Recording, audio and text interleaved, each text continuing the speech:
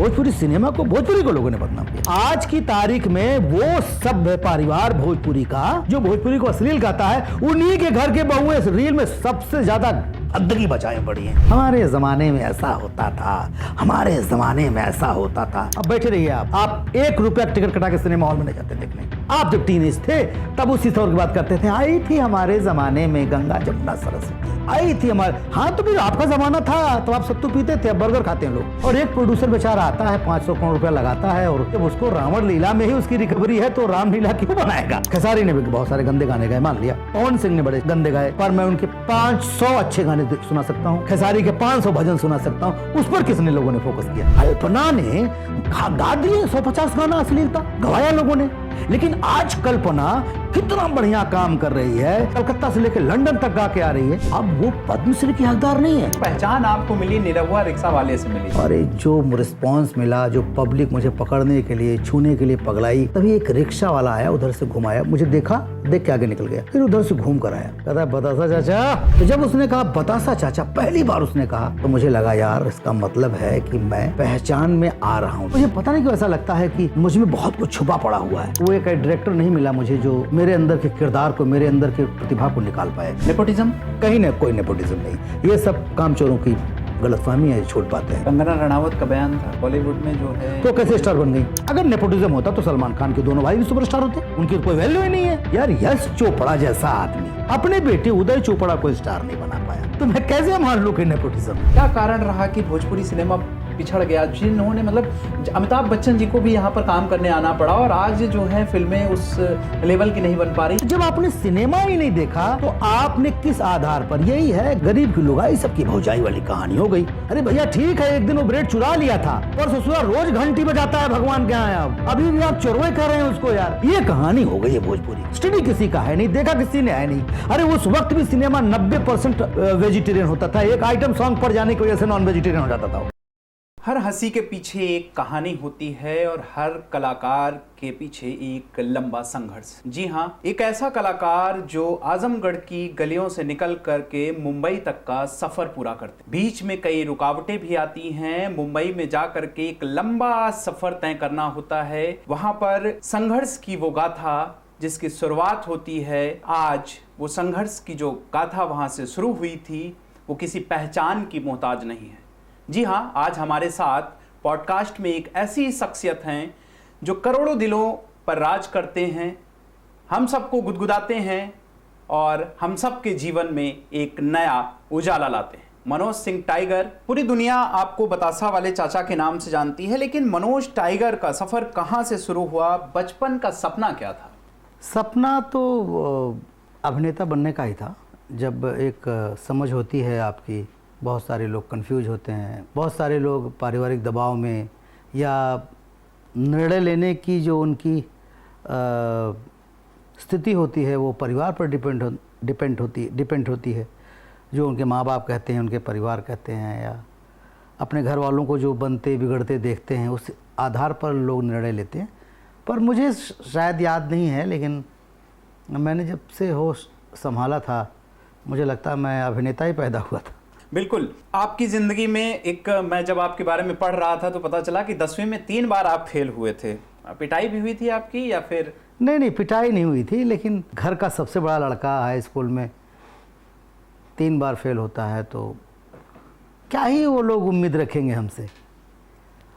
पर यह था कि जैसे मेरे दादाजी मुझे कहते थे कि कोई बात नहीं बेटा, लेकिन आसपास के लोग, अड़ोस पड़ोस के लोग, सबकी दृष्टि बदल गई थी। दृष्टि बदल गई का मतलब ये था कि बड़ी गंभीरता से हमें नहीं देखा जाता था, और मैंने ऐसा कोई काम भी नहीं किया था कि मुझे गंभीरता से देखा जाए।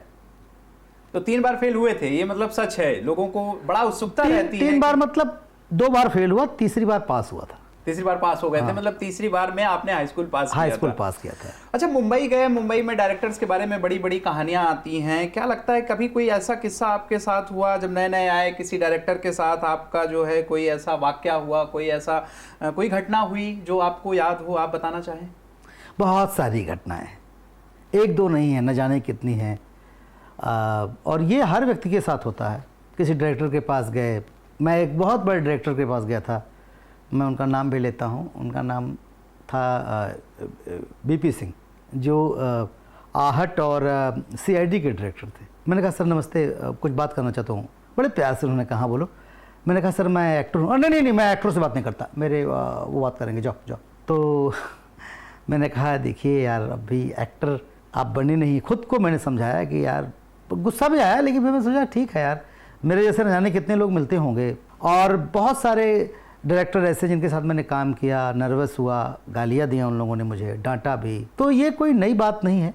एक वाकया ऐसा भी हुआ था कि मैं एक डायरेक्टर के साथ एक छोटी सी फिल्म बेस्ड प्रोग्राम था, जैसे गाने वाने का प्रोग्राम होता है, उसमें एंकरिंग होती है। तो मैं एंकरिंग कर रहा था। एक दो सेगमेंट करते करते मेरे डायरेक्टर ने कहा भागो, निकलो यहाँ से, निकलो, तुम्हारे बस की बात नहीं, चलो चलो चलो चलो चलो, निकलो यहाँ से, तुम्हारे बस की बात नहीं।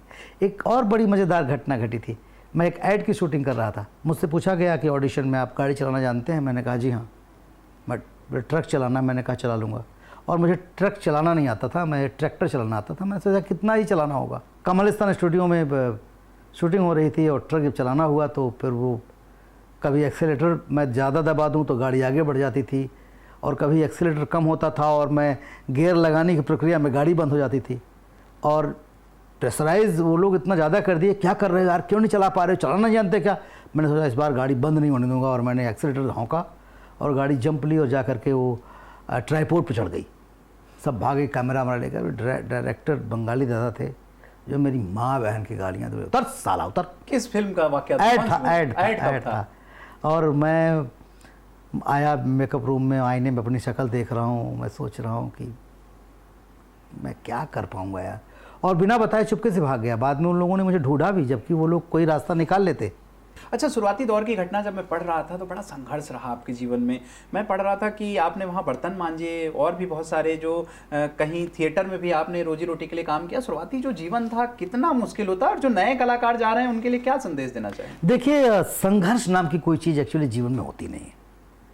इसे अगर आप संघर्ष का नाम देते हैं तो मुझे लगता है ये प्रक्रिया है एक जीवन का। तब संघर्ष तो वो कर रहे हैं जो फुटपाथ पर रोज़ दिहाड़ी की नौकरी करते हैं, रोज़ जाते हैं वो भट्ठे पर काम करते हैं, रोज़ वो दीवार बनाते हैं, मजदूरी का काम करते हैं। संघर्ष तो वो है।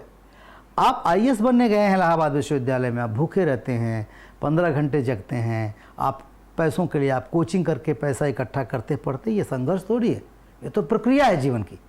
और अगर आप इस संघर्ष का नाम दे रहे हैं तो फिर आप सक्सेस हो ही नहीं सकते।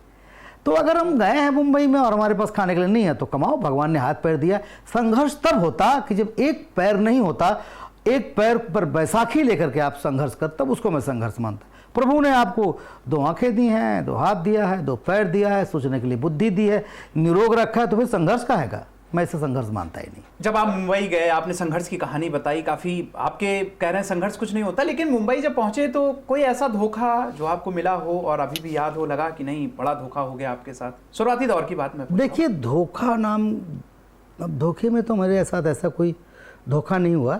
जबकि जाने जाने आप देखिए, आपको अगर धोखा मिला है तो जाने जाने आपने भी किसी को धोखा जरूर दिया होगा, क्योंकि हमें याद वो रहता है जो हमें दूसरों से मिलता है, लेकिन हम उसकी स्मृति में जाना ही नहीं चाहते कि जो हमने लोगों को दिया है। सिंपल सी बात है, हर आदमी बोल देता है ज़माना बहुत ख़राब है, लोगों पर भरोसा नहीं करना चाहिए।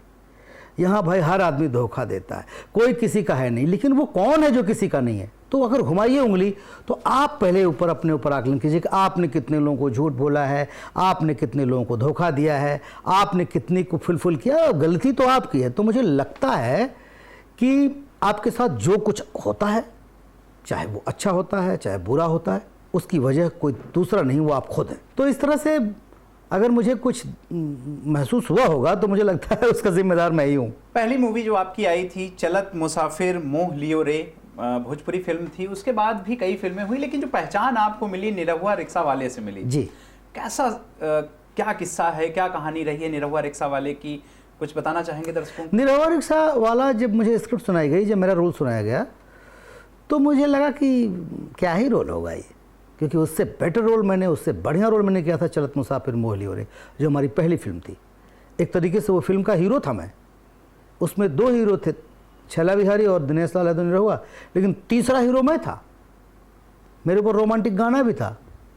तो मैंने कहा जब इतनी बड़ी फिल्म आई और उसके बाद मुझे रिकॉग्नाइज़ नहीं मिला, मुझे किसी ने रिकॉग्नाइज़ नहीं किया, मुझे कोई पहचान नहीं मिल पाई। फिर एक फ़िल्म रिलीज हुई हो गइल बा प्यार ओढ़निया वाली से, उससे मेरी पहचान नहीं मिली। तो मैंने कहा ये फिल्म से क्या ही मुझे मिल जाएगा, बतासा नाम उन्होंने मेरा रखा उसमें। तो मैंने कहा ये कौन सा नाम है यार, आप लोग कुछ नाम रखो, ढंग का नाम रखो, मनोज रख दो, मेरा ही नाम रख दो। और मैं बहुत संतुष्ट नहीं था उस किरदार से, मैं तो करना भी नहीं चाहता था, लेकिन वो सिचुएशन ऐसी बनी कि मैंने किया। लेकिन वो फिल्म बनी, शूटिंग के दौरान ही मुझे उस गांव के लोग, जिस घर में शूटिंग हो रही थी, उस घर के लोग मुझे चाचा कहना वहीं से शुरू कर दिए, और इतिहास बन गया जब पिक्चर रिलीज हुआ। तो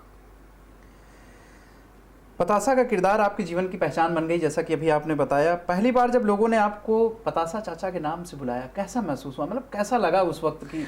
सिनेमा जब रिलीज हुआ, हाँ, तो मैं मुंबई में था, बिहार में रिलीज हुआ था सिनेमा। बिहार में सिनेमा रिलीज हुआ, और जैसा कि हर आदमी का सिनेमा रिलीज होता है तो सब पहले ही दिन ओपनिंग लगती है, बोलते हिट है हिट है, सब पहले दिन अपने सिनेमा को हिट कह देते थे। उसी तरीके से हमारे पास भी सूचना आई कि यार बड़ी ओपनिंग लगी है। हमने कहा बड़ा हिट हो गया सिनेमा।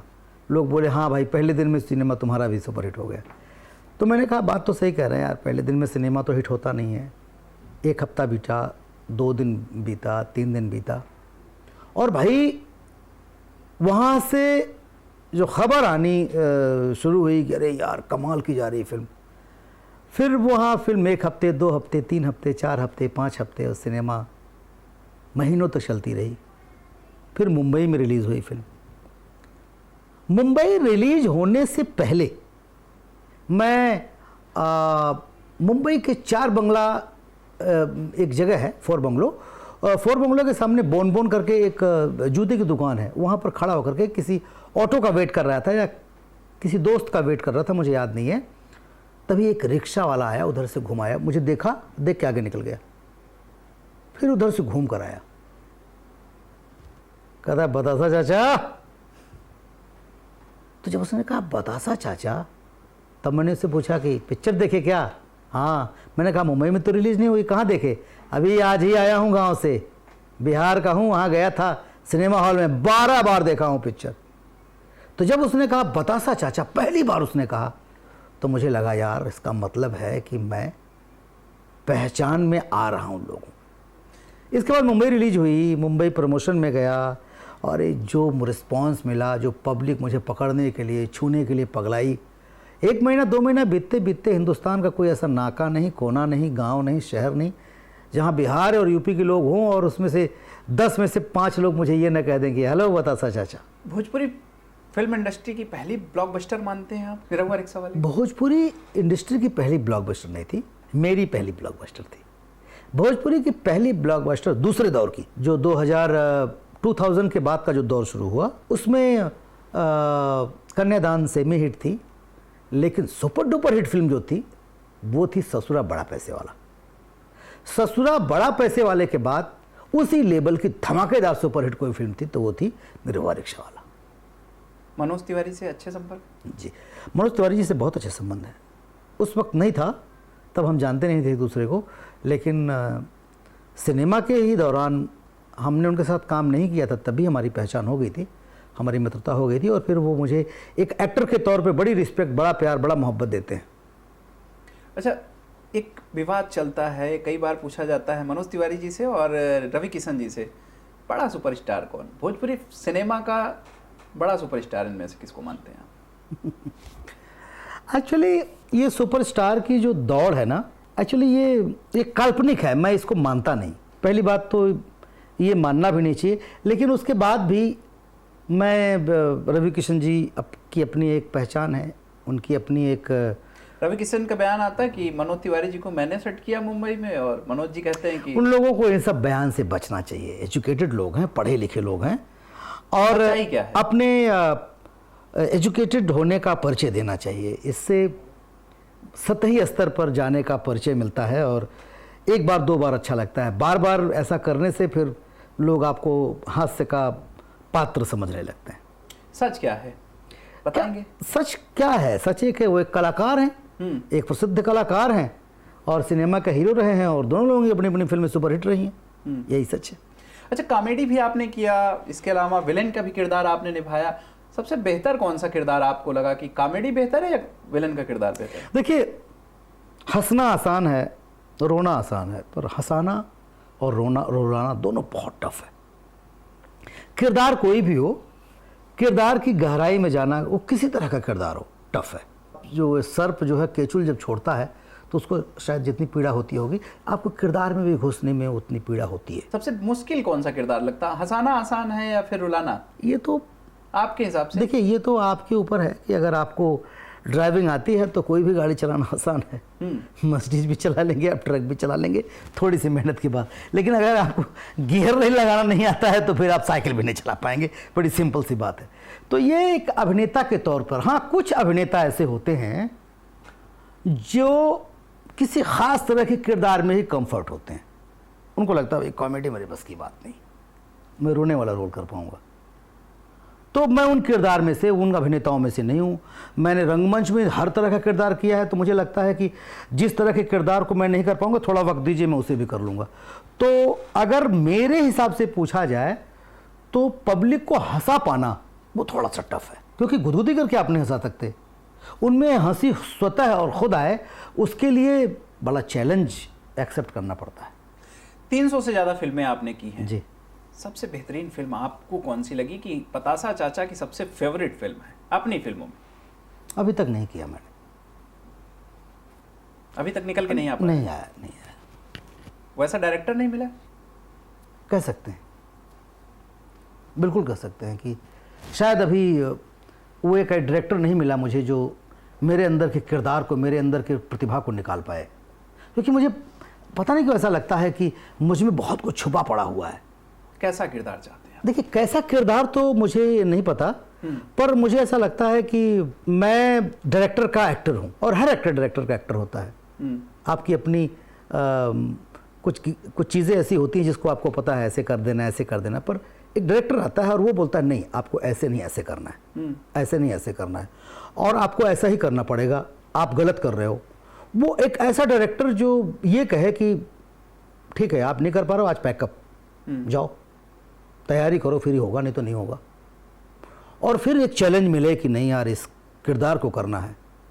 मैं पंकज कपूर का वो किरदार जो उन्होंने मकबूल में किया था, जो परेश रावल ने हेरा फेरी में किया था, इस तरह के किरदार के बारे में मैं सोचता हूँ कि इस तरह का किरदार कभी मिले, और मैं जितना नहीं जानता हूँ उससे ज़्यादा मेरा डायरेक्टर मुझे बताए कि भाई आपकी बॉडी लैंग्वेज ऐसी होगी, आपका गेटअप ऐसा होगा, और फिर मैं उसमें डूबूं और फिर कुछ करूं, कुछ निकल कर आए। इस तरह से बहुत सारे किरदार हैं जो मैं करना चाहता हूं। आपने बॉलीवुड की बात करी, कौन सी ऐसी 5 मूवी हैं जो पतासा चाचा को पसंद है, लगता है कि नहीं ये फिल्में बहुत ज़बरदस्त बनी? मुझे बहुत कमाल की फिल्म लगती है अमिताभ बच्चन साहब की मैं आज़ाद हूँ, बहुत कमाल की फिल्म लगती है। मुझे बहुत कमाल फिल्म लगती है गंगा जमुना, दिलीप साहब की। मुझे गुलजार साहब की एक फिल्म है इजाज़त, उस फिल्म को मैंने कई बार देखा। मतलब हर किरदार, हर एक्टर, उन लोगों ने जो उसमें जान डाली है। और अगर दो और, हालांकि मेरे नॉलेज में बहुत सारी फिल्में हैं जिसे मैं कह सकता हूं, लेकिन अगर 2 और अच्छी फिल्म आप कहना चाहते हैं तो मैं इस नए दौर की फिल्म में मुझे बहुत अच्छा लगता है सिंघम। पता नहीं क्या है उस बात में, मैं इस फिल्म को बार बार देखता हूँ, बार बार देखता हूँ। मौका मिले तो काम करना चाहेंगे सिंघम जैसी फिल्मों में? सिंघम जैसी फिल्मों में मैं क्या करूँगा, मैं सिंघम के लायक तो हूँ नहीं मेरी पर्सनालिटी तो सिंघम बनने लायक है नहीं, लेकिन मुझे सिंघम अच्छी लगती है। इस तरह से आपने 4-5 फिल्में पूछी थी, एक फिल्म और बताऊं। मुझे रिसेंटली मुझे यश चोपड़ा साहब का डायरेक्शन बहुत पसंद है। मुझे उनकी फिल्म वीर जारा बहुत पसंद आई थी। कभी काम किया है एस जी के? नहीं, बड़ा ये तो सपना अधूरा रह गया बहुत। मतलब लव गुरु थे वो। रोमांटिक फिल्मों का तो ऐसा जानकार कोई था नहीं, गजब की समझ थी उनको। तो ये 5 फिल्में, ऐसे और बहुत सारी फिल्में, लेकिन ये 5 फिल्में। भोजपुरी सिनेमा अभी भी जो बॉलीवुड के लोग हैं पी ग्रेड समझते हैं, क्या लगता है क्या कारण रहा कि भोजपुरी सिनेमा पिछड़ गया? जिन्होंने मतलब अमिताभ बच्चन जी को भी यहाँ पर काम करने आना पड़ा और आज जो है फिल्में उस लेवल की नहीं बन पा रही। आप तो पूरे देश भर में काम करते हैं, क्या कारण मानते हैं आप? भोजपुरी फिल्म के नए दौर के भोजपुरी सिनेमा को जो मेरी समझ है, भोजपुरी सिनेमा के नहीं बढ़ पाने की वजह निर्माता और निर्देशक हैं। हमारे यहाँ कोई प्री प्रोडक्शन नहीं रहा, हमारे यहाँ कोई कास्टिंग नहीं रही, हमारे यहाँ कोई क्रिएटर नहीं रहा, हमारे यहाँ कोई कॉन्सेप्ट नहीं रहा। आज जब हमारे सब्जेक्ट को लेकर के हिंदी फिल्मों में पंचायत बनाया जाता है, सुपर 30 बनाया जाता है, दोपहिया बनाया जाता है, वहीं हम सनी देओल की रीमेक कर रहे हैं, अजय देवगन की रीमेक कर रहे हैं। हम हमारा जो कल्चर है हम उससे दूर भागते रहे। आज हमारा प्री प्रोडक्शन इतना कमज़ोर है कि हम अपनी फिल्मों में जो शादी दिखाते हैं वो शादी की एक रस्म भी ढंग की नहीं होती। हमारे पास कैरेक्टर आर्टिस्टों का अभाव है, हमारे पास राइटर का अभाव है, हमारे यहाँ प्री प्रोडक्शन नहीं होता। इसलिए मैं बार बार कहूँगा कि अगर हमारा सिनेमा पिछड़ा तो इसके पीछे सिर्फ और सिर्फ निर्माता निर्देशक जिम्मेदार है। गुस्सा है आपके अंदर? गुस्सा नहीं है, गुस्सा रह के क्या करूँगा।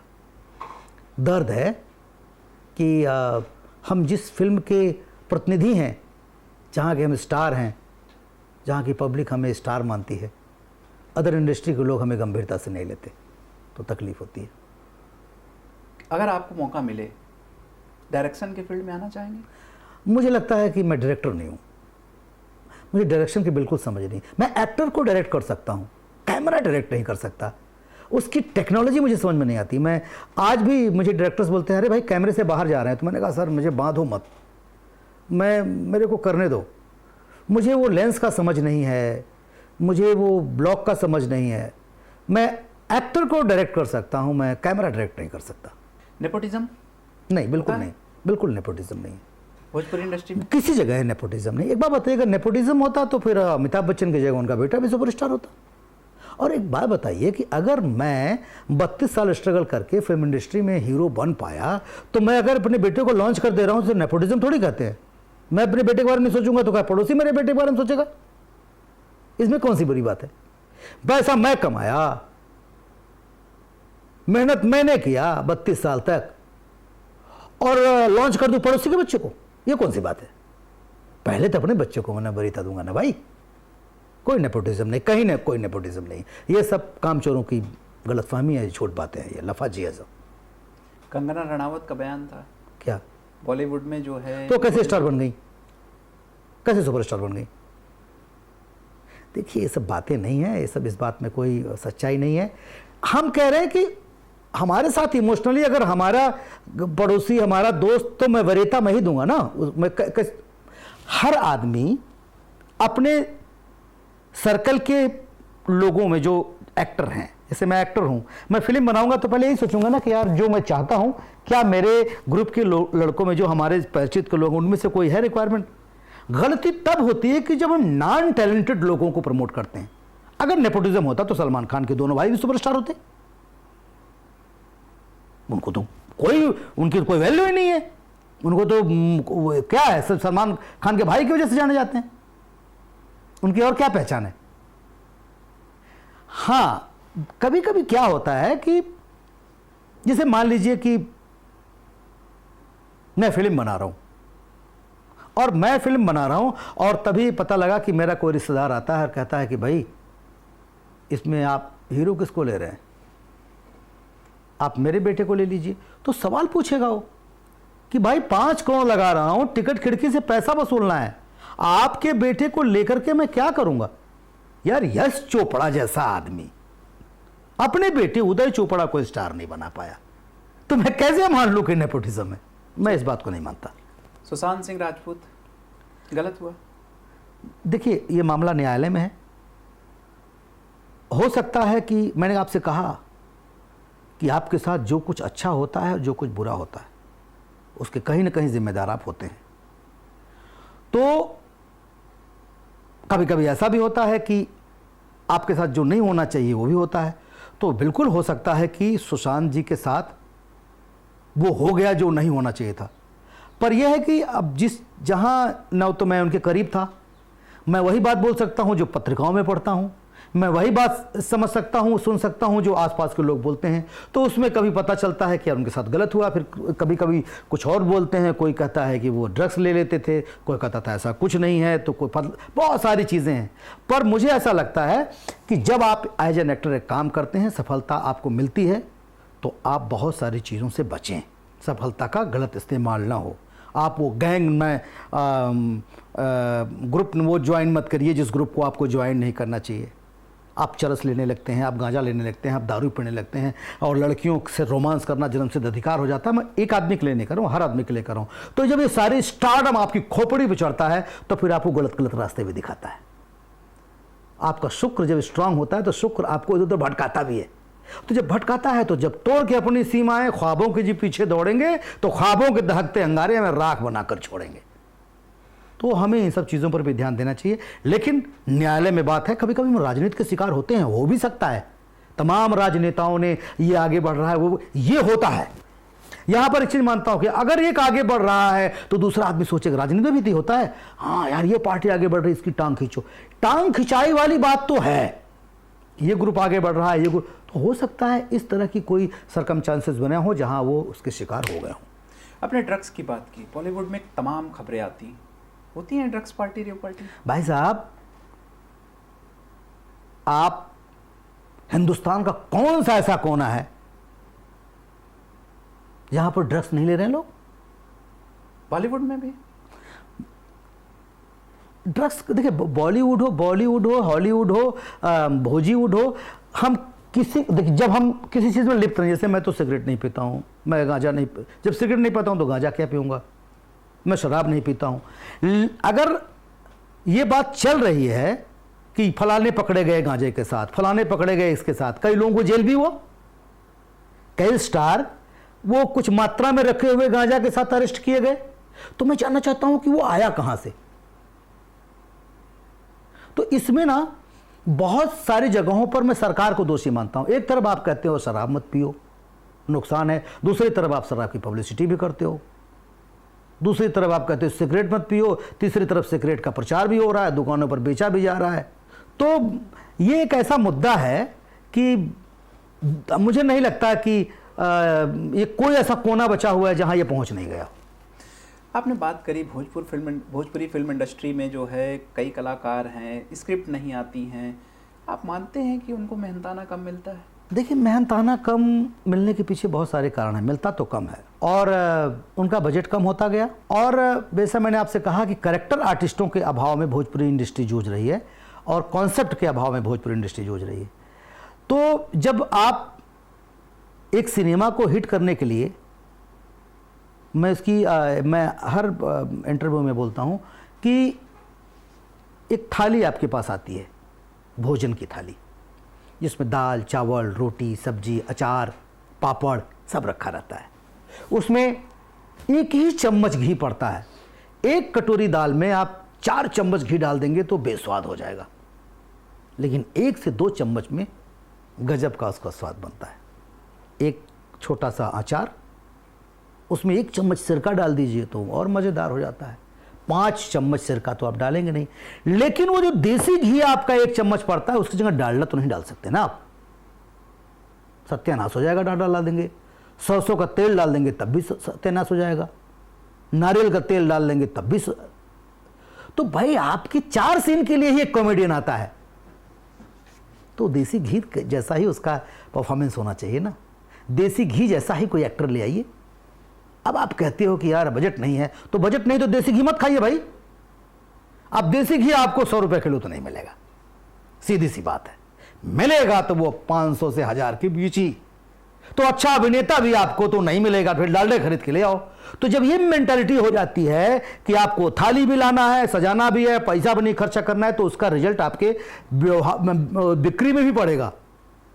इसलिए स्टार पैसा इसलिए ले लेता है क्योंकि वो एक छोटे से दर्शक वर्ग का नेतृत्व कर रहा है।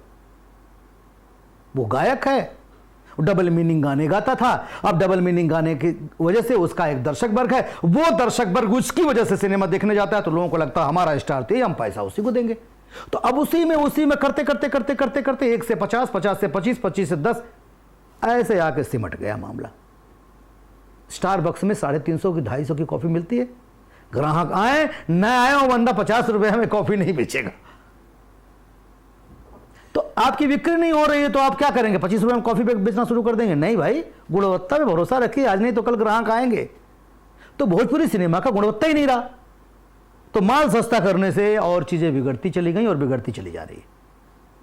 भोजपुरी इंडस्ट्री में आपने बात करी, क्या अश्लीलता है? असली आपने दो अर्थी संवाद की बात करी, दो अर्थी गानों की बात करी, क्या अश्लीलता परोसा जा रहा है? मैं सिनेमा में अश्लीलता की बात नहीं कर, भोजपुरी सिनेमा में अश्लीलता 2018 आरोप लगते हैं, कई सारे लोगों ने आरोप लगाया। देखिए वो उनका स्टडी कम है। मैं आप ही से पूछ लूं कि 5 फिल्म का नाम बताइए जिसमें जबरदस्त अश्लीलता हो, आपने बता पाओगे? फिर मैं आपसे पूछूं कि 5 सिनेमा बता दो जिसमें बड़ी साफ सफाई हो, क्योंकि आपने देखा नहीं सिनेमा। हर आदमी मोबाइल लेके पत्रकार बन गया है। आपका स्टडी है नहीं, आपने वर्कआउट किया ही नहीं। जब सिनेमा हॉल में सिनेमा रिलीज होता था तो जब प्रीमियर होता था तो पत्रकार बंधुओं के लिए 300, 200, 400 टिकट कॉम्प्लीमेंट्री दिए जाते थे। वो इसलिए दिया जाता था कि सिनेमा देखिए और लिखिए और बताइए कि सिनेमा कैसा लगा। वो अपने घर के नौकर, चाय वाला, दुकानदारों को टिकट दे देते, जाओ सिनेमा देखो, खुद कभी सिनेमा नहीं देखते थे। गए भी तो ये टिक टिक टिक टिक करके बाहर निकल आए। तो जब आपने सिनेमा ही नहीं देखा तो आपने किस आधार पर, यही है गरीब की भौजाई, गरीब की लुगाई सबकी भौजाई वाली कहानी हो गई। नामी बनिया सन्नामी चोर। अरे भैया ठीक है, एक दिन वो ब्रेड चुरा लिया था, पर ससुरा रोज घंटी बजाता है भगवान के यहां। अब अभी भी आप चोरवे कह रहे हैं उसको यार। अब सुधरने का मौका दीजिए उसको, बोलिए कि वो ईमानदार आदमी है। ये कहानी हो गई है भोजपुरी की। स्टडी किसी का है नहीं, देखा किसी ने है नहीं। अरे उस वक्त भी सिनेमा 90% वेजिटेरियन होता था, एक आइटम सॉन्ग पर जाने की वजह से नॉन वेजिटेरियन हो जाता था वो, कि इसलिए डाल देते थे लोग कि अरे भैया रिक्शा वाला में बताइए क्या अश्लीलता थी, ससुर वाला पैसे वाले में बताइए क्या अश्लीलता थी, बाहुबली में बताइए क्या अश्लीलता थी, कन्यादान में बताइए क्या अश्लीलता थी। कल्पना ने गा दिए 150 गाना अश्लीलता गवाया लोगों ने। लेकिन आज कल्पना कितना बढ़िया काम कर रही है, इतना अच्छा गाना गा रही है, बिरहा को, आल्हा को विश्व में रिप्रेजेंट कर रही है, कलकत्ता में जाके, कलकत्ता से लेकर लंदन तक गा के आ रही है। अब वो पद्मश्री की हकदार नहीं है। फिर यार तो फिर तो गलत बात है। फिर इसका मतलब यह है कि एक बार अगर किसी के पीठ पर ठप्पा लग गया तो फिर वो उस देश का नागरिक नहीं है, फिर तो सुधरने का मौका नहीं मिलेगा। तो ये कहने की बात है। भोजपुरी को लोगों ने बदनाम किया सर, भोजपुरी सिनेमा को, भोजपुरी को लोगों ने बदनाम किया। मैं कह रहा हूं कि चलो खेसारी ने भी बहुत सारे गंदे गाने गाए, मान लिया, पवन सिंह ने बड़े अच्छे गाने गंदे गाए, पर मैं उनके 500 अच्छे गाने सुना सकता हूं, खेसारी के 500 भजन सुना सकता हूं। उस पर किसने लोगों ने फोकस किया? हम जब एक भजन गाते हैं तो 5 मिलियन तो छोड़ दीजिए, 50,000 व्यूज आने में नानी माई दादी याद आ जाती हैं। लेकिन जैसे ही गाना गाते हैं कि तोहरे राजा दी के दिलवा टूट जाए, तो 5 मिलियन की जगह छोड़ दीजिए 500 मिलियन आता है। ये क्या दुबई से लोग देखने आते? आप ही देखने आते। आज की तारीख में वो सभ्य परिवार भोजपुरी का जो भोजपुरी को अश्लील गाता है, उन्हीं के घर के बहुएं रील में सबसे ज्यादा गंदगी मचाए पड़ी हैं, अश्लील कंटेंट मचाए पड़ी हैं, गंध मचाए पड़ी हैं। भोजपुरी सिनेमा तो कुछ नहीं है। उस जो आज का जो रील बन रहा है ना, आज जो रील बना रही हैं बहुएं, वो लड़कियां, उनके घर के लोग, उसका आधा भी अश्लीलता भोजपुरी में नहीं था उस दौर में। उस पर कोई प्रश्न चिन्ह नहीं उठा रहा है। तो मुझे ऐसा लगता है कि भोजपुरी एल्बम में डबल मीनिंग तब भी था, आज भी है। उन गानों के प्रकोप से हमारी भोजपुरी जो है उसकी परछाई में दबी रह गई अभी तक। बॉलीवुड और साउथ, आप तो साउथ में भी काम कर रहे हैं इस वक्त, क्या लगता है कि साउथ की फिल्में ज़्यादा लोग देखने जा रहे हैं? बॉलीवुड में अभी धुरंधर अगर आई है, धुरंधर कैसी लगी फिलहाल आपको? देखिए, हिट है फिल्म, मुझे अच्छी नहीं लगी। मेरी व्यक्तिगत राय, तारीफ कर रहे हैं लोग। देखिए, वही कह रहा हूँ ना, व्यक्तिगत राय है। अच्छी फिल्म है, चली, खूब चली, पर मुझे नहीं अच्छी लगी। तो मैं अपनी राय बता सकता हूँ। आपने कहा ये कमाल का रसगुल्ला बना है, सबको अच्छा लग रहा है, मुझे नहीं अच्छा लग रहा है, तो मैं क्या करूँ? तो वही मैं फिर से आता हूँ, उसी सवाल पे आता हूँ कि साउथ की फिल्में जो आ रही थी, बॉलीवुड की फिल्में दर्शक नहीं बुला पा रही थी, लेकिन साउथ की फिल्मों में दर्शकों को खींचने का जो वो है, एक जुड़ाव है जमीन से। क्या लगता है आपको, क्या बॉलीवुड उन चीज़ों को भूल गया था? देखिए, बॉलीवुड के लोग भी क्या साउथ की ही तो नकल करते रहे, पर नकल की हुई फिल्में भी बहुत, सिंघम भी तो रीमेक ही थी। मैं सिनेमा के बारे में ना एक बात बताऊं, सिनेमा के बारे में इतना कहूंगा कि cinema entertainment, entertainment, entertainment. Cinema जो है समाज का जो है प्रतिनिधि नहीं है, समाज का प्रतिबिंब है। दुनिया में जो कुछ भी दिखाया जाता है सिनेमा के अंदर, वो दुनिया में घटा होता है। दहेज था तो सिनेमा ने दिखाया, आतंकवाद था तो सिनेमा ने दिखाया। अब ऐसा नहीं है कि दहेज एक कल्पना गढ़ दिया गया सिनेमा में, बाद में सोसाइटी ने उसको एक्सेप्ट किया। डकैत थे तो डकैतों पर फिल्म बनती थी। अब डकैत नहीं है, अब डकैत, साइबर डकैत पैदा हुए हैं तो साइबर पर फिल्में बन रही हैं, साइबर क्राइम पर फिल्में बन रही हैं। तो सिनेमा जो है वो समाज का प्रतिबिंब है, प्रतिनिधि नहीं है। और सिनेमा टीनेज के लोग देखते हैं। सिनेमा पर लेक्चर करने वाली जो हमारी so called intellectual, pseudo intellectual audience है, वो सिनेमा देखने जाते हैं नहीं। हमारे ज़माने में ऐसा होता था, हमारे ज़माने में ऐसा होता था। अब बैठे रहिए आप 1 रुपया टिकट कटा के सिनेमा हॉल में नहीं जाते देखने। सिनेमा हॉल में टीनेज जाता है सिनेमा देखने। आप जब टीनेज थे तब उसी तौर की बात करते थे, आई थी हमारे ज़माने में गंगा जमुना सरस्वती, आई थी हमारे। हाँ, तो फिर आपका ज़माना था तो आप सत्तू पीते थे, अब बर्गर खाते हैं लोग। आज अपने बच्चों को खिलाइए, बोलिए बेटा सुबह सुबह 1 गिलास सत्तू मार के जाओ, वो हॉर्लिक्स मांगेगा। तो जनरेशन चेंज हुई, आज की जनरेशन को जो चाहिए वो देख रहा है।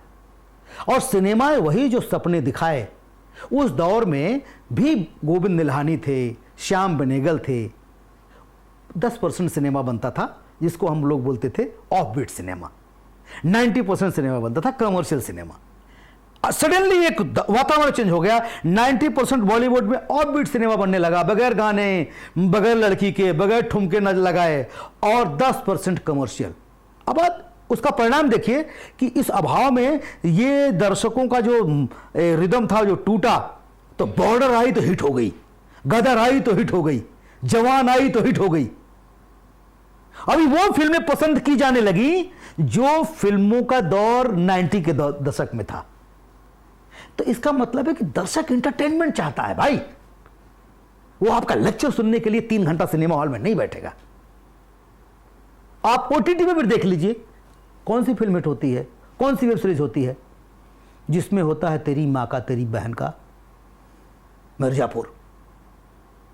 उसमें से 1-2 ऐसे होते हैं जो बड़ा इंटेलेक्चुअल होता है, निकल गया तो निकल गया। नहीं तो जब आप रेशियो में देखेंगे तो भैया जो मजा आया, जिसमें लोग इंटरटेनमेंट लें, जिसमें जो सपने दिखाया है, लड़की नाच रही है, वो हर आदमी अपने आप में एक हीरो है। वो जो 18 से 16 से लेके 22-25 साल तक की उम्र होती है, बाप रे बाप, उसमें तो हर आदमी हीरो ही है। बाल यूं, कपड़े यूं, जूते यूं। अब आप उसको बोलेगे बेटा आ जाओ जरा ये देखो, ये साहित्य समाज का दर्पण है, तो सुनेगा बोले भाई साहित्य समाज का दर्पण है।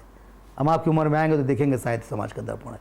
वो आपका बताया हुआ सिनेमा नहीं देखेगा भाई। वो दर्शक कुछ लोग हैं। और एक प्रोड्यूसर बेचारा आता है, 500 करोड़ रुपया लगाता है, और वो जब उसको रावण लीला में ही उसकी रिकवरी है तो रामलीला क्यों बनाएगा? उसको तो धंधे से मतलब है, धंधा चाहिए भाई। 500 करोड़ रुपया लाया है इंटरेस्ट के साथ, उसको 100 करोड़ और देना है। 600 करोड़ रुपया की जगह 1000 करोड़ नहीं कमाएगा तो उसका धंधा घर द्वार बिक ही जाएगा ना भाई। तो ये सब बाजार हो गया है, और बाजार में आप वही पेश करेंगे जो दर्शक चाहता है। चरित्र अभिनेता, चरित्र अभिनय की बात करी आपने, 10% बनती थी। मनोज सिंह के नज़रों में कौन से ऐसे चरित्र अभिनेता हैं जिनके साथ काम करने का अभी भी शौक है? हिंदी में, भोजपुरी में? हिंदी में? हिंदी में मुझे परेश रावल के साथ काम करना है, पंकज कपूर के साथ काम करना है, नसीर साहब के साथ काम करना है। ये लोग अद्भुत अभिनेता हैं। विजय राज के साथ मैंने काम किया, क्या एक्टर है। पंकज भैया के साथ मैंने एक फिल्म किया, लाइव बिरयानी, रिलीज नहीं हुई, उनके साथ और काम करना चाहता हूँ। हमारी हिंदी इंडस्ट्री में और भोजपुरी इंडस्ट्री में एक से एक कमाल कमाल के चरित्र अभिनेता हैं। एक्चुअली सिनेमा हिट ही होता है चरित्र अभिनेताओं के बल पर। हीरो तो सिर्फ एक बार बूम खाली मार सकते हैं, बाकी पहले दिन हीरो पब्लिक लाता है, दूसरे दिन से सिनेमा को डायरेक्टर और चरित्र अभिनेता और स्क्रिप्ट चलाता है।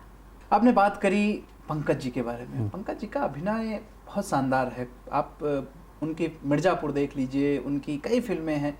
कौन सी फिल्म आपको सबसे बेहतर लगती है? मुझे वो हर किरदार में अच्छे लगते हैं। मुझे तो मिर्जापुर में तो अल्टीमेट है उनका, खैर कमाल का किया उन्होंने। और उनकी एक फिल्म मैंने देखी थी, बड़ा कमाल लगा था, न्यूटन साहब, राजकुमार राव के, न्यूटन ही थी। न्यूटन, हाँ, क्या एक्टिंग किया था उन्होंने। इसके अलावा एक और फिल्म देखी थी मैंने उनकी, विद्या बालन के साथ थे वो, जिसमें वो शेरनी में थे शायद ना, या। वो जो जाते हैं और पकड़ने के लिए झूठ बोलते हैं, वो क्या एक्टिंग किया था उन्होंने।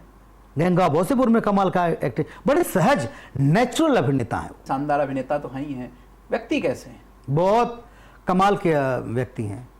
उनमें एक होता है ना कि आदमी का सक्सेस में और शुरुआत में जैसे थे वैसे अभी भी हैं, कोई परिवर्तन आया नहीं, हैंगओवर उनके ऊपर उनके सक्सेस का चढ़ा नहीं, बड़े सहज व्यक्ति हैं। लंच बॉक्स देखी आपने? लंच बॉक्स नहीं देखी अभी तक। इरफान खान वाला देखा मैंने। कैसे अभिनेता? अब तो नहीं रहे। इरफान साहब इंस्टीट्यूट है। इरफान साहब जैसा अभिनेता अभी पता नहीं 10-20 साल तक कोई आ पाएगा कि नहीं, मुझे डाउट है। इंस्टीट्यूट हैं वो अपने आप में। उनकी फिल्म मदारी को कम से कम 50 बार देख चुका हूँ। उनके हर डायलॉग में अपना एक रिसर्च हो सकता है। उनकी बोलने का तरीका, कमाल के अभिनेता हैं। मैं तो मानता हूँ कि वो हैं अभी हम लोगों के प्रेरणा में। मैं तो लोग एसी फैन होते हैं, मैं उनका एसी हूँ। हासिल, उनका सारा सिनेमा, हासिल हो, पान तो इलाहाबाद विश्वविद्यालय पढ़ाई जी हैं। मैं जब हासिल देख रहा था तो मैं इलाहाबाद विश्वविद्यालय देख रहा था।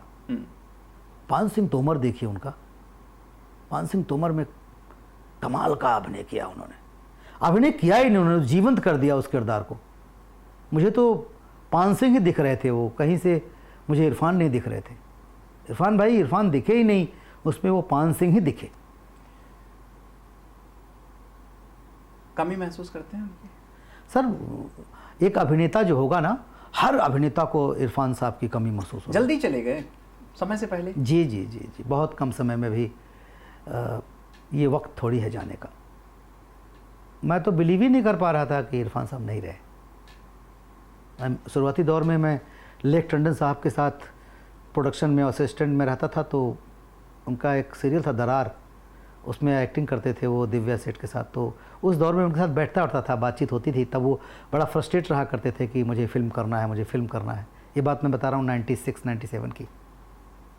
और बदला एक दृश्य समय आया जब उन्होंने प्रूव करना शुरू किया। लेकिन ठीक है, ये प्रारब्ध है ईश्वर के हाथ में। यही तो एक चीज़ ऐसी है जिस हमारे आपके वश में नहीं है। भोजपुरी फिल्म इंडस्ट्री में हालिया विवाद आपने सुना होगा, अंजना सिंह और खेसारी लाल यादव के बीच में। कैसे देखते हैं इस विवाद को? मैं इस विवाद को इतना कहना चाहूँगा कि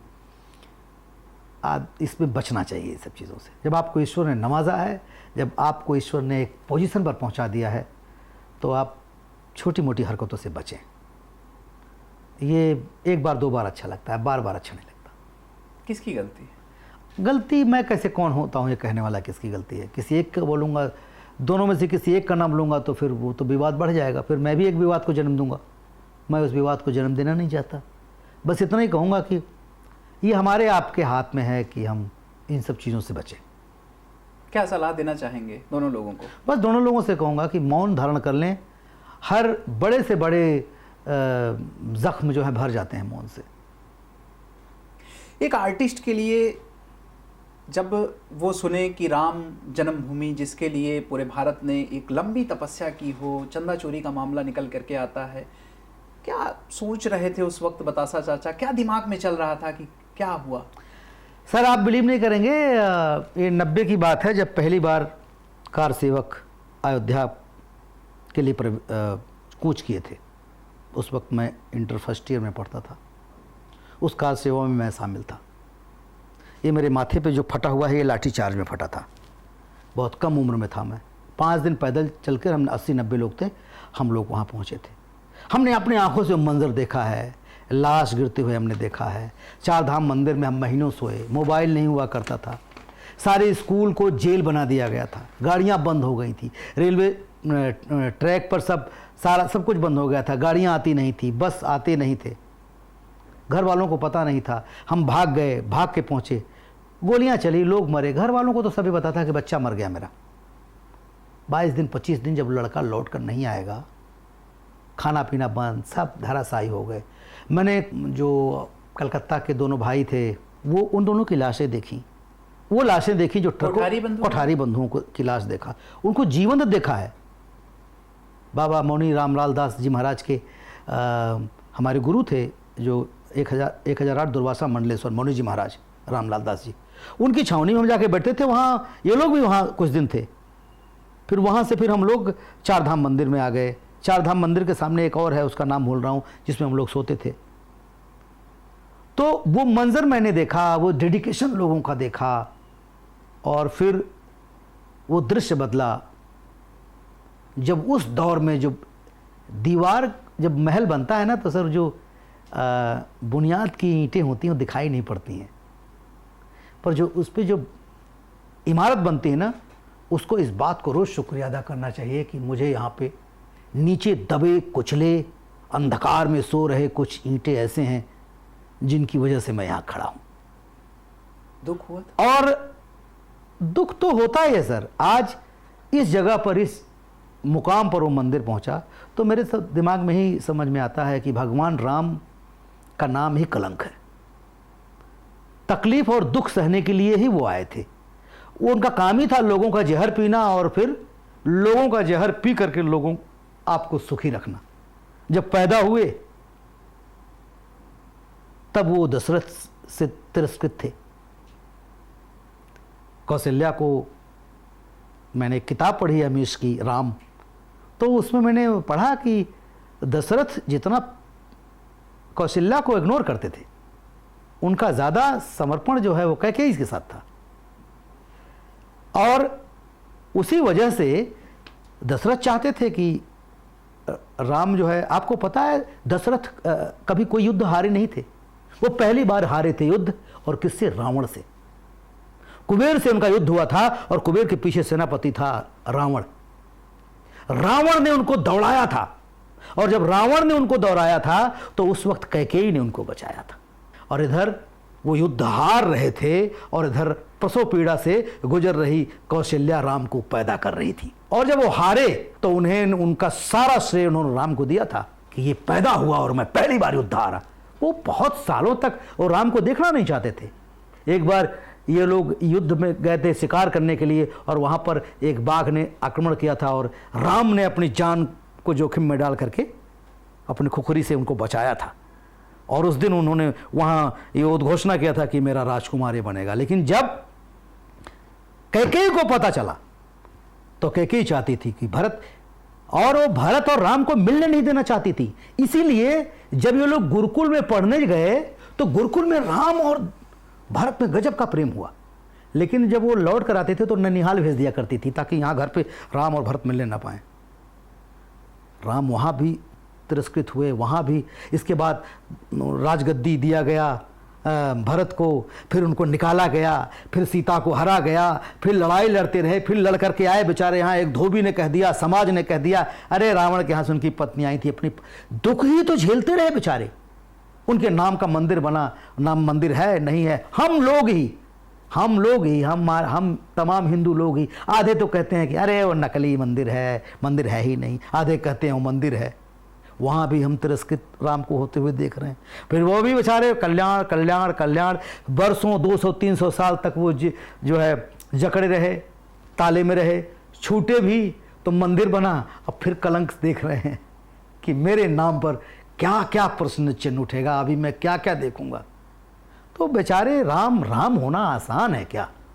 लेकिन ये भी बताऊं कि राम की नाम के साथ जिन जिन लोगों ने खेला है वो नेस्तनाबूद भी हुए हैं। बहुत सारे प्रमाण आपके सामने हैं, बहुत प्रमाण नेताओं के सामने है। जिन लोगों ने राम को त्रसित किया है वो मटिया मेट हो गए हैं, तो वो भी मटिया मेट हो जाएंगे जो राम के नाम पे गोरख धंधा चला रहे हैं।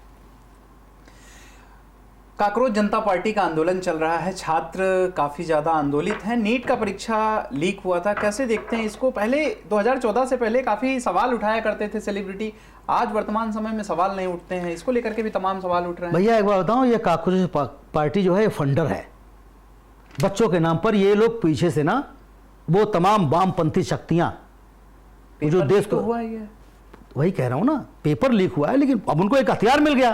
तो बच्चे जो अपनी डिमांड कर रहे सही कर रहे हैं। यहां सरकार दोषी है, सरकार को सीधा वार्तालाप कर लेना चाहिए था, बात कर लेते, इसका सोल्यूशन दे देते। तो ये जो गोरख जो पीछे से इसका जो फायदा उठा रहे हैं देश को तोड़ने वाले लोग, ये नहीं तोड़ पाते। ये लोग इस चीज को इसका फायदा उठा रहे हैं। ये तो भैया फंडिंग हो रही ना, फलाना पंजाब की पार्टी, ढमकाम की पार्टी, ये पार्टी और वैसा देश है फलाना, कुछ नहीं। लड़कों की मांग जायज है, नीट में गड़बड़ी हुई हो तो लंद फंद नहीं, आप सरकार में हैं तो आपकी जिम्मेदारी होती है सीधे आज ये करूंगा वो क्या नहीं। लेट किया, आपने लेट किया है, और जो बच्चों के साथ जो हुआ है वो गलत हुआ है। ऐसा नहीं होना चाहिए था। वो पीटे गए, क्यों पीटे गए? ऐसे दिन ही क्यों आने दिया आपने? आप यहां गलत हैं, लेकिन उसके साथ पीछे की जो शक्तियां देश तोड़ने वाली वो भी गलत हैं, इसमें दो राय नहीं है। सोनम वांगचुक के पीछे देशद्रोही ताकतें। देखिए सोनम वाकचुक ना, सोनम वांगचुक, देखिए उनको, सोनम जी को तो जितना मैं उनके बारे में जानता हूं, उनकी नीयत में कोई कमी नहीं है। उनकी डिमांड तो यही थी ना, उन्होंने तो बच्चों के लिए मांग की थी। 26 दिन से अनशन कर रहे हैं। 26, वही कह रहा हूं कि अगर उस अनशन को जो चीजें बाद में की गई अगर वही उसी समय कर दिया गया होता, उस वक्त धीरे धीरे लोग आते गए। बिगिनिंग में तो कोई नहीं आ रहा था, सबको लगा कि यार ये मेरा काम तो अब सोनम जी के हो जाएगा।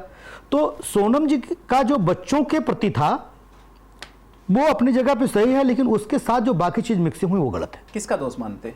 यहाँ तो मैं 100% सरकार का दोष मानूंगा। उन्होंने संवादहीनता हुई है।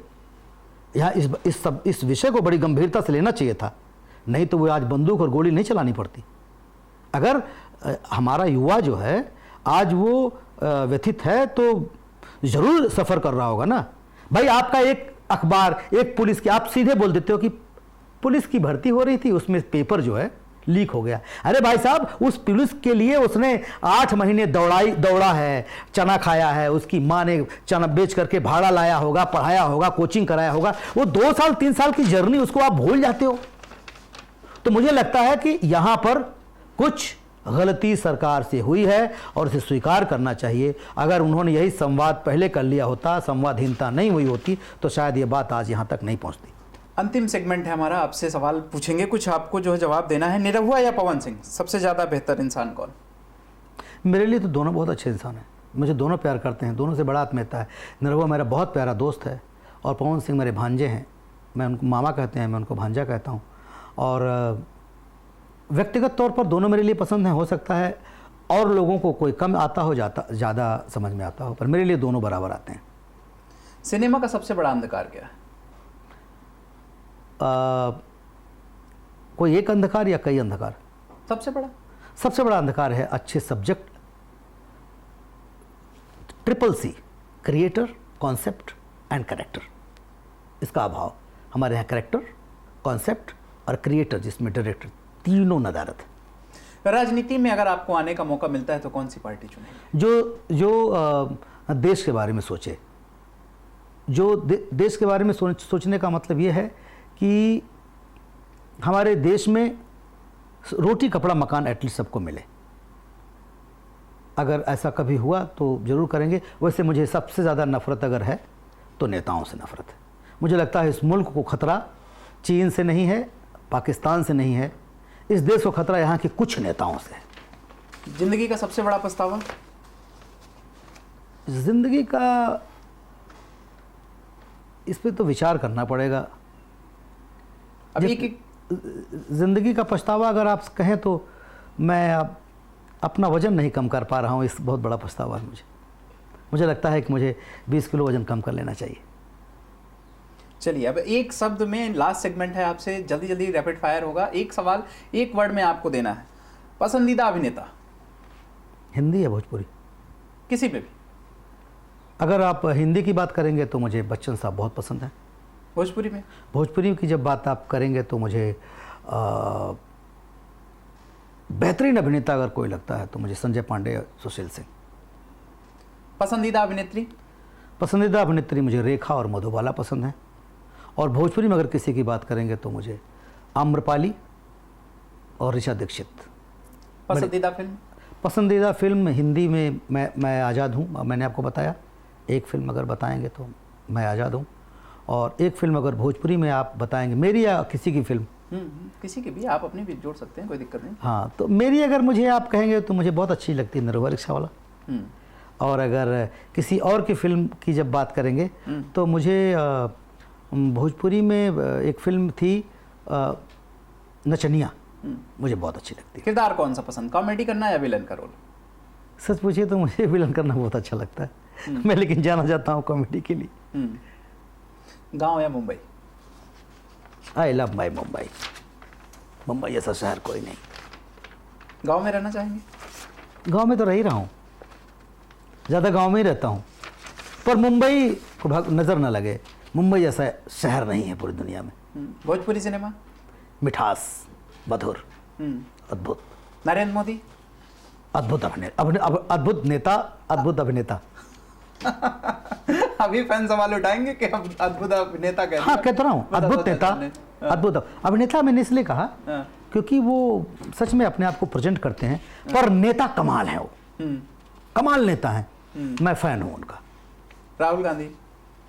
मुझे राहुल गांधी व्यक्तिगत तौर पर नहीं अच्छे लगते। नहीं, सीधे बोलूंगा, नहीं अच्छे लगते। क्या कमी है? कमी क्या, मुझे नहीं अच्छे लगते, खत्म बात। अखिलेश यादव? अखिलेश यादव बहुत इंटेलेक्चुअल हैं। अखिलेश यादव एक सूझबूझ के नेता हैं। बस उनकी विचारधारा में थोड़ा, उनका एक समाजवादी विचारधारा है, लेकिन समाजवादी विचारधारा में भी वो कभी कभी किसी विशेष वर्ग को लेकर के भाग जाते हैं। नहीं तो उनकी नियत में, उनके काम में, उन्होंने काम भी बहुत अच्छा किया है। पढ़े लिखे और सूझबूझ के नेता हैं। योगी आदित्यनाथ? ओह, बाबा के पास पुरुषार्थ है, प्रारब्ध है, चरित्र है। और जिसके पास प्रारब्ध, पुरुषार्थ और चरित्र हो, और धर्मनीति और राजनीति को कभी अलग नहीं किया गया। वो राजनीति चली नहीं जिसमें धर्मनीति न हो, और बाबा के पास तो धर्मनीति और राजनीति दोनों है। थलपति विजय? हिंदुस्तान के भविष्य हैं वो। थलपति विजय? मैं उनके बारे में बहुत ज़्यादा नहीं जानता, सिनेमा के सुपरस्टार हैं। आगे राजनीति में क्या करेंगे 5 साल में, उस पर आकलन करूंगा। अभी बोलना थोड़ा जल्दीबाजी हो जाएगा। Dinesh Lal Yadav? Dinesh Lal Yadav very good person, very good अभिनेता, और अगर उनको राजनीति में आगे मौका मिला तो बहुत सफल राजनीतिक साबित हो सकते हैं। मनोज तिवारी? मनोज तिवारी नसीब के बहुत बड़े बलवान हैं। वो, उनके साथ मुकद्दर बड़ा कमाल, मधुर बोलते हैं और हर चीज़ में औसत हैं वो, लेकिन हर जगह उनका प्रदर्शन जो है वो आउटस्टैंडिंग रहा है। वो क्रिकेट खेलते हैं, वो गाते भी हैं, गायक भी बहुत एवरेज दर्जे, लेकिन आज उनका एक गाना करोड़ों बिजनेस कर जाता है। तो मैं उनको मानूंगा कि मुकद्दर उनके साथ है। लेकिन यह है कि इंसान अच्छे हैं। रवि किशन? रवि किशन जहाँ भी है अपनी मेहनत के बल पर है। मैं उनका संघर्ष देखा है। आउटस्टैंडिंग परफॉर्मर हो चुके हैं, आउटस्टैंडिंग एक्टर हो चुके हैं, और बहुत ही पॉजिटिव आदमी है। और वो आदमी खुद से बात करता है, और 24 घंटा उस आदमी के साथ आप 1 घंटे बैठ जाए तो आपको मोटिवेट करके रख देगा। और आज जो जहाँ भी है उसमें किसी का योगदान नहीं उसकी मेहनत के अलावा। चलिए, बहुत बहुत धन्यवाद आपका हमारे साथ बातचीत करने के लिए मनोज सिंह टाइगर जी। अच्छा लगा आपसे बात करके, बहुत बहुत धन्यवाद।